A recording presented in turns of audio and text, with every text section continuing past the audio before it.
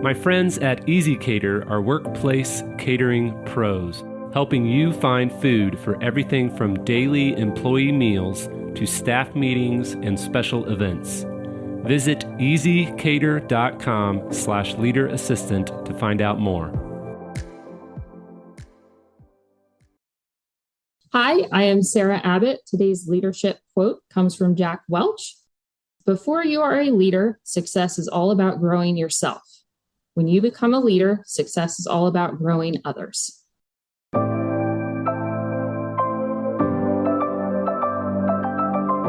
The Leader Assistant podcast exists to encourage and challenge assistants to become confident, game-changing leader assistants.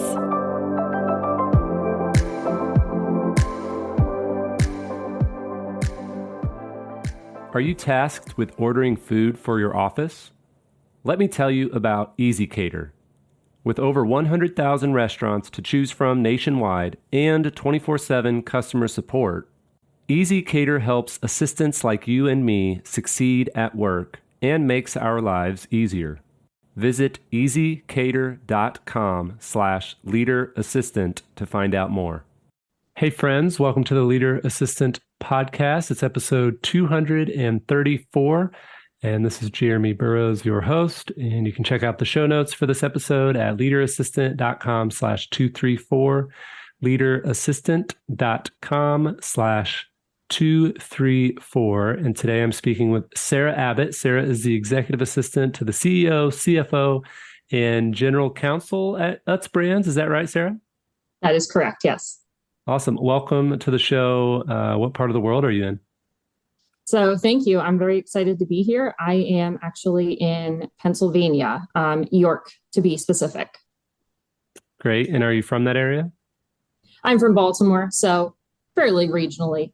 Yes. Nice. Tell us a little bit about yourself personally. Do you have hobbies, or is there a good book or Netflix show you've been watching recently? Yeah, so personally, I'm a mom of 3 boys. I have a 15, 13, and a 5-year-old. So days are always busy and fun, lots of sports activities. I don't have a lot of time to do any, super engaging hobbies just because I'm mostly engaged in whatever the boys are doing. I enjoy a lot of Food Network stuff. I'm a huge Food Network nerd. So I enjoy sitting down at the end of the day just to kind of watch whatever fun competition show is going on there. Nice. What's your favorite genre of food? I love Mexican food. I'm a huge sucker for Mexican food. Great. And what sports do your boys play? I have 2 boys myself, so we're in baseball and soccer. Oh, fun. Okay. So my oldest is into football and disc golf more recently. Okay. My middle son was heavy into competitive baseball, but we're kind of gearing out of that. He's actually taken an interest in horseback riding, which I have a big background. I actually went to school for equestrian business. So I'm really thrilled that one of them is taking interest in one of my old hobbies. And the youngest is 5, so he's just kind of exploring, but right now he's into soccer. And we were doing baseball, but the attention span there is not quite there. So soccer a little tough, yeah. Yeah, as I'm sure you get. Yeah, that's great. The equestrian thing, that's pretty interesting. So why did you get into that? It was just kind of a love that I had. Growing up in Baltimore, we were kind of on the suburbs of Baltimore. So not really farm territory, but there was a local farm that did a program for special equestrians. So I actually took an interest in volunteering with that, and really just kind of from there fell in love with horses and everything about it, helping people, which kind of escalates to where I am today with helping people. But I just kind of followed that path through college, and that's taken me to where I am today. Love it. Well, let's talk a little bit about your post-college professional career, and how did you end up in the assistant role, and maybe even why? Did you plan on it? Was it just kind of happen? What was the whole process and story there? Yeah, so interestingly enough, I don't know if this is a commonality with people, but when I was in college, I was a waitress. And I actually got a job I actually had a job secured before I left college because I had served a general manager with a bank. And he basically right on the spot was like, hey, call me when you get out of school because I'd love to have you be a part of our banking system. So I actually took that job, moved around quite a bit, but ironically, when we came back to Pennsylvania, same thing happened just kind of as I was a little bit older. I was about 25 and just on a whim was waitressing, and a guy locally was like, hey, I'd love to have you. You have a great personality. I think you would be a great fit for our company. So that's where I kind of worked in retention for as long as I did. I worked in customer retention for a very long time, which is where I got a lot of my administrative, but also people experience. From there, I actually moved into the healthcare system, working as a scheduler, and have just kind of progressed from there. I've always kind of worked with the general public, but have kind of moved out of that into supporting, more specific group of people. So I actually worked at a cancer center here in Pennsylvania, and I supported, I want to say like 30 of the oncologists and surgeons there, which was super rewarding. I actually really love that job. They are fabulous people to work for. But from there, I always have wanted to progress and grow my career as much as I possibly could. So I really wanted to pursue the executive assistant role rather than just being, the general administrative assistant for everybody. I kind of wanted to take those skills and focus it in and hone in on supporting, one or a small group of higher level executives, just to have that experience, grow my knowledge, grow my skill set. Yeah, I actually left the healthcare field to go work for a CEO with a more local company, and then had this opportunity to shift to work with Utz Quality Foods, Utz Brands. They actually kind of had a unique opportunity there because they've never had a true executive assistant. The family decided to have this CEO come in back in December of 2022. And he decided to hire an executive assistant to support him and the CFO and the general counsel. So here I am, filling that role for them. So I'm thrilled. Wow. What's one of the greatest challenges you've had in your role, in your assistant roles over the years? I would say just and I'm sure lots of other people feel this that have been in assistant roles, but when you feel like you have planned and been proactive about every possible situation that could have possibly come up for your executive, and then they reach out to you and you realize, oh, I didn't plan for that. I wouldn't say it's a bad feeling, but it's a learning experience, as I'm sure you and a lot of others understand. So I would say that's one of the greatest challenges, but also best learning opportunities I've taken from being in this role is that much as you think you have planned, there's always potentially going to be something that comes up. Yeah, it's like you always have to be ready to pivot and be ready to adapt. And what's one thing that's helped you in your career learn to adapt and learn to be flexible? I would just say if you can own your mistakes, learn from your mistakes, and grow from your mistakes, it's one of the best things that you can do throughout your career. I've always taken notes, obviously, anytime something comes up, and made sure that I don't repeat those mistakes. I guess that would be my biggest takeaway. Yeah.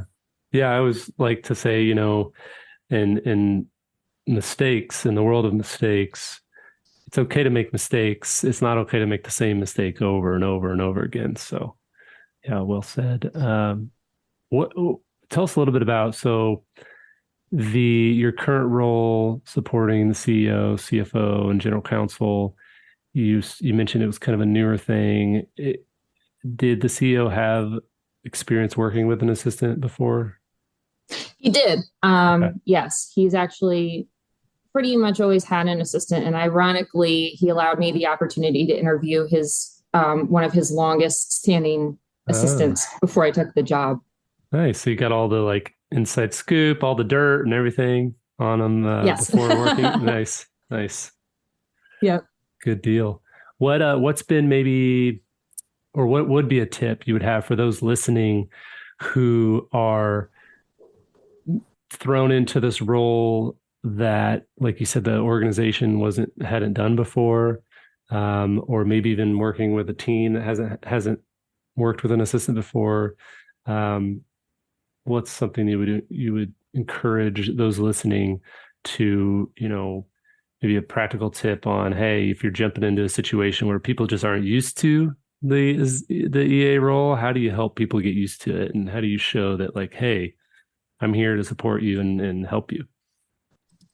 Yeah, that's a great question because ironically, the CFO and the general counsel have never had an assistant before. So one of the first things that I did my first week there was I made sure to meet with everyone, obviously, but just kind of say, hey, these are my skill sets. This is what I would like to help you do, but let me know what you need to make your life easier. That's what I'm here for. And I know there's probably a lot of things you're doing now that you're just accustomed to doing, but I can take a lot of things off of your plate so that you can truly focus on the more important things and aspects of your job that would help the CEO.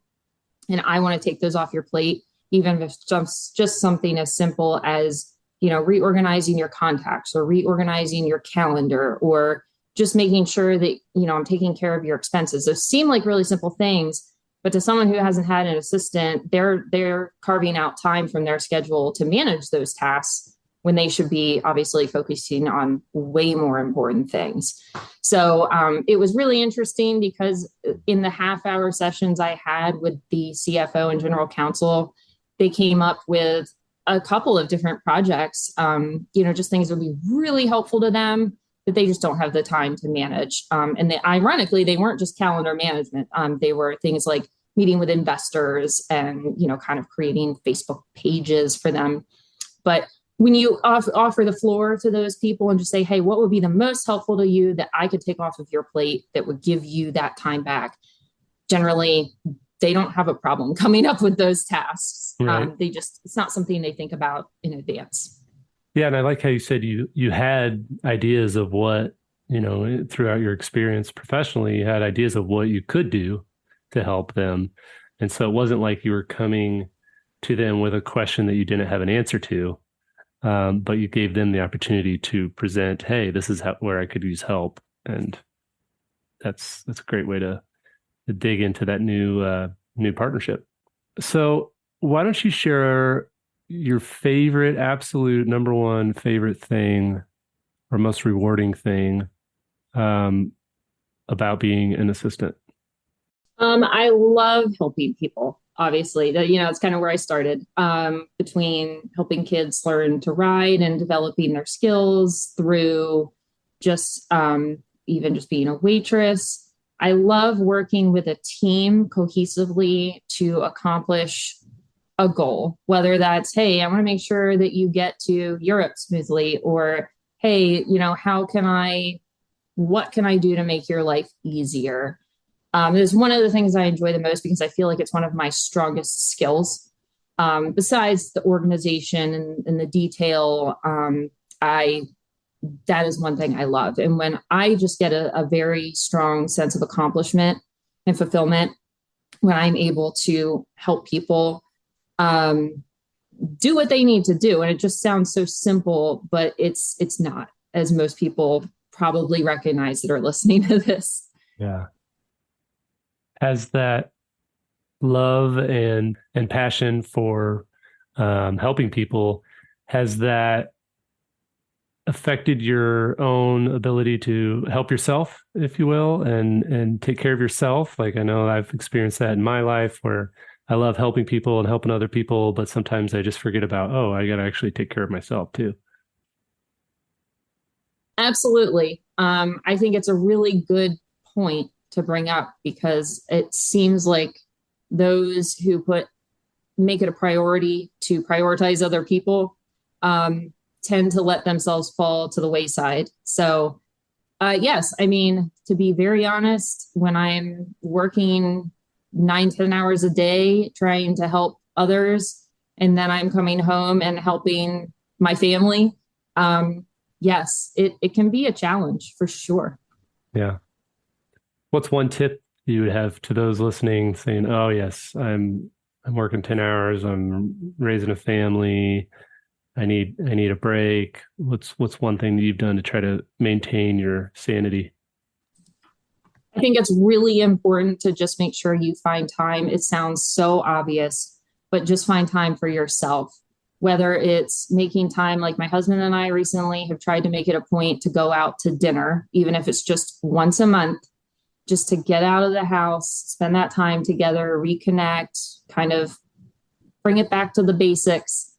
Even just for myself, if I can have an hour to take a bubble bath, it's just one of those things you just have to carve out maybe an hour or two for yourself just to kind of regroup, so that it's not just all about everybody else all the time. Yeah. Good tips. Okay, you definitely, most people don't volunteer this, but when I ask for topics of what they'd like to discuss on the show, they'll share, different things, and you shared a few, but one of them that I thought was awesome was funniest/best stories. And so I was like, all right, well, if she's going to mention that she wants to talk about funny stories, then you've got to have one or two stories ready to go that you think are, in your time as an EA that are funny. So I'd love to hear. No pressure though, right? No pressure. Yeah, I think the funniest, I'm going to call it an experience because it's not necessarily totally related to being an EA, but it kind of is. The one place I worked, which I won't mention where it was, but we routinely had what we referred to as office Olympics. So our executive director would group a couple of us who worked in the executive office and do anything from, like, he used to bring rubber chicken slingshots to the office. I have no idea to this day where he ever got them from, and he wouldn't ever tell me. But he used to bring these rubber chicken slingshots. They would just stick on your finger and you fling it as far as it'll go. But we would just randomly break in the middle of the day to have like rubber chicken shooting contests and office chair races. To this day, I am still the champion of the how far can you fling the reindeer nose. I don't think anyone has beaten my my distance on that.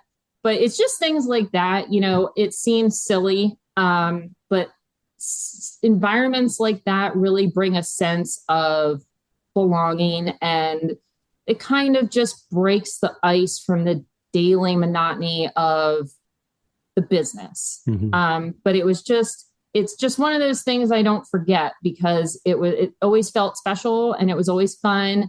And when you're in these roles, everything can really get to a grind that it's hard to break free from. And just those simple 10-minute things just made my day.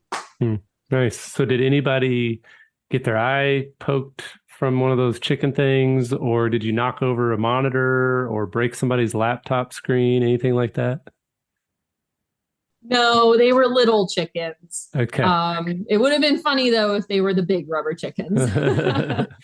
I remember one of my coworkers one time was just kind of had a lanyard with their keys on it, and they were just kind of like, spinning around the keys, and then it like slipped and hit the monitor and just crack, all these cracks came from the center, and they're like, well, I guess that's why you don't want to, swing your keys around computer devices. Oops. So how about you? Do you have a funny story?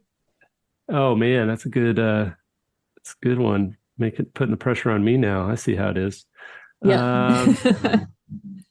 We had there's been lots of random little things like that. If it's happened in the offices, different places I've worked. We used to do kind of company offsites at my last organization where we do them at my current company too, but where we would do wiffle ball tournament and kind of pretty intense. We had some intense wiffle ball players. And so I just remember that was kind of like the highlight of my year because I grew up playing wiffle ball and I'm a pretty good pitcher and hitter of wiffle ball, if I do say so myself.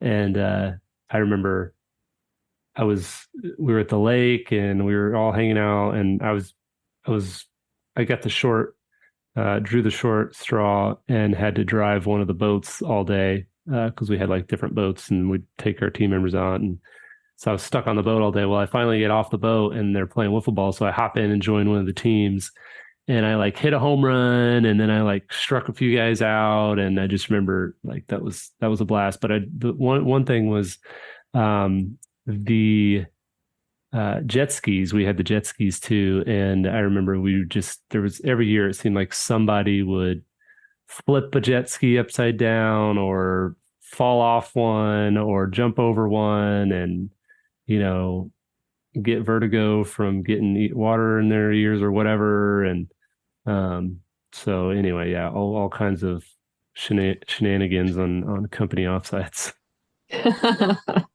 Sounds like a good time though. Yeah. Well, Sarah, thank you so much for being on the show.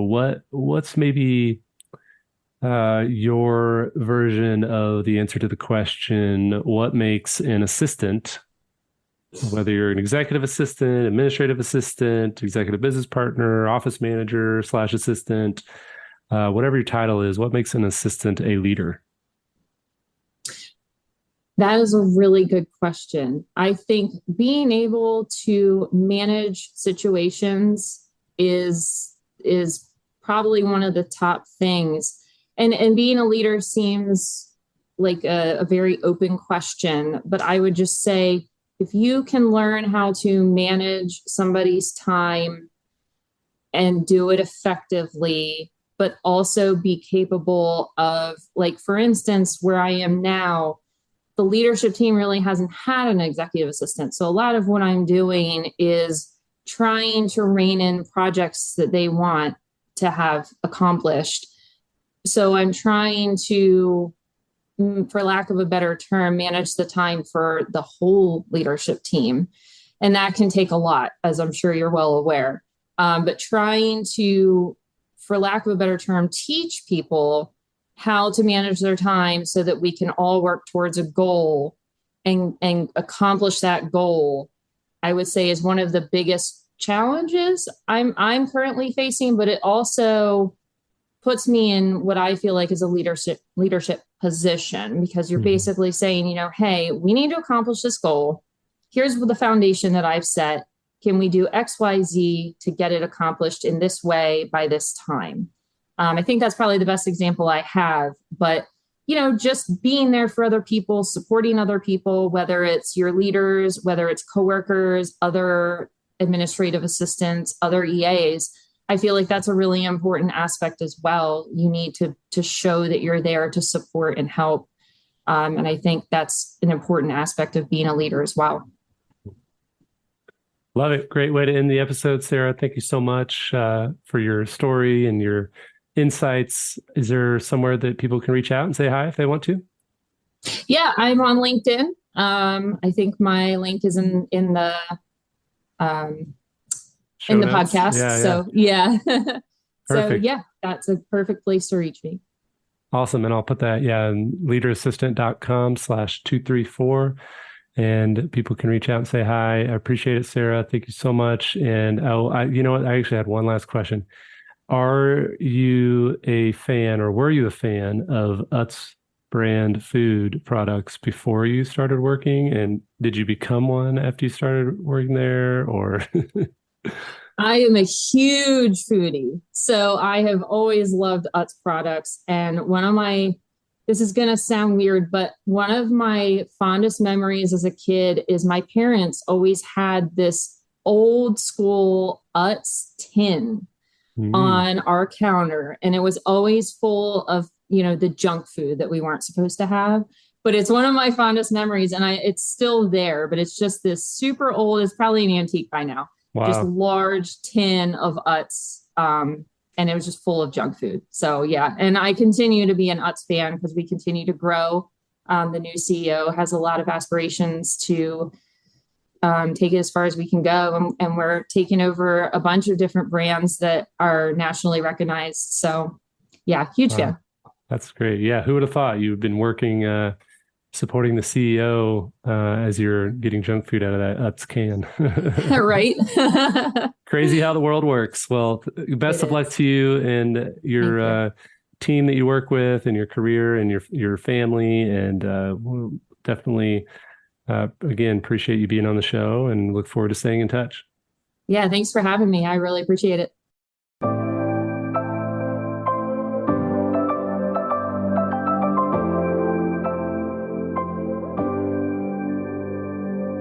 Please review on Apple Podcasts.